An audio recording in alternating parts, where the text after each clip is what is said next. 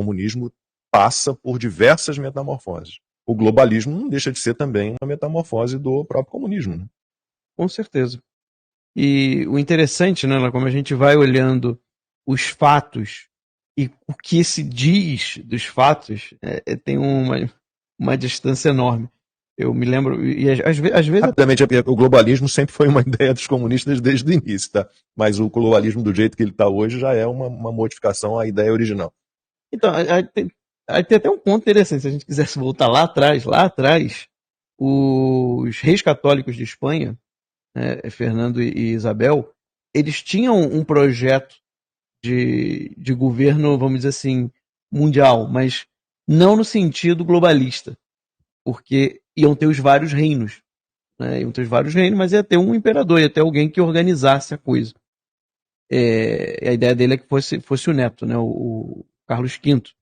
E ele acaba até não conseguindo fazer, eles conseguem realmente unificar muita coisa, mas não acabam conseguindo realizar o sonho, né, de Fernando e Isabel. Mas o interessante é o fato de você ter uma unidade, né, da humanidade, isso em si não é um problema.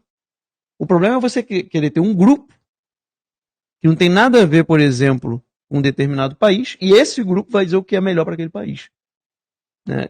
Na verdade, a unidade que se existia na cristandade, que é o que o Alan comentou aqui, que eles falam de Idade Média, era muito mais uma unidade espiritual do que política. Ou seja, havia um sentimento comum no sentido de eternidade, no sentido de salvação, no sentido de alma, de espírito.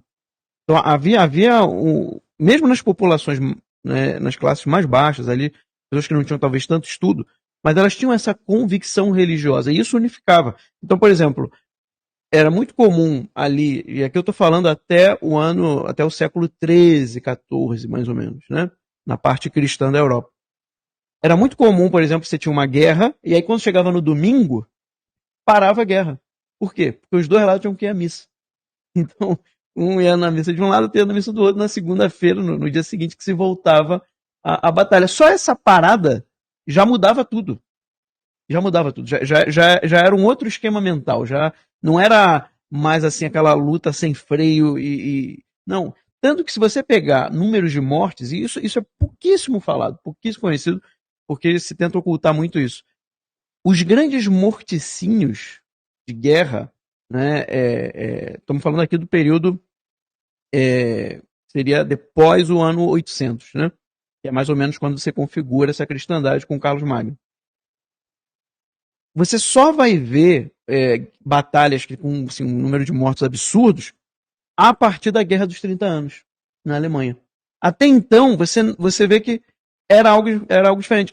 A tal ponto que teve uma vez que dois reinos estavam ali na Europa, estavam em guerra, e a coisa começou a ficar tão sem sentido, e isso causou uma certa estranheza entre os outros reinos, entre a própria população local, de uma guerra completamente sem sentido, que o Papa da época chegou e falou: olha, ou vocês param, ou eu vou excomungar os dois lados.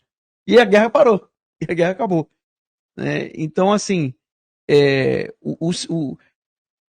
a noção de que a humanidade, né, toda tem que ter, de alguma forma, uma união, né, uma fraternidade universal, essa noção em si mesma ela não é ruim. O problema é quando se coloca um grupo para querer ter um domínio político sobre o mundo inteiro, porque isso não funciona. Na teoria pode até ser muito bonito. Por exemplo, qual que era a ideia do Rockefeller primeiro? Por que ele começou?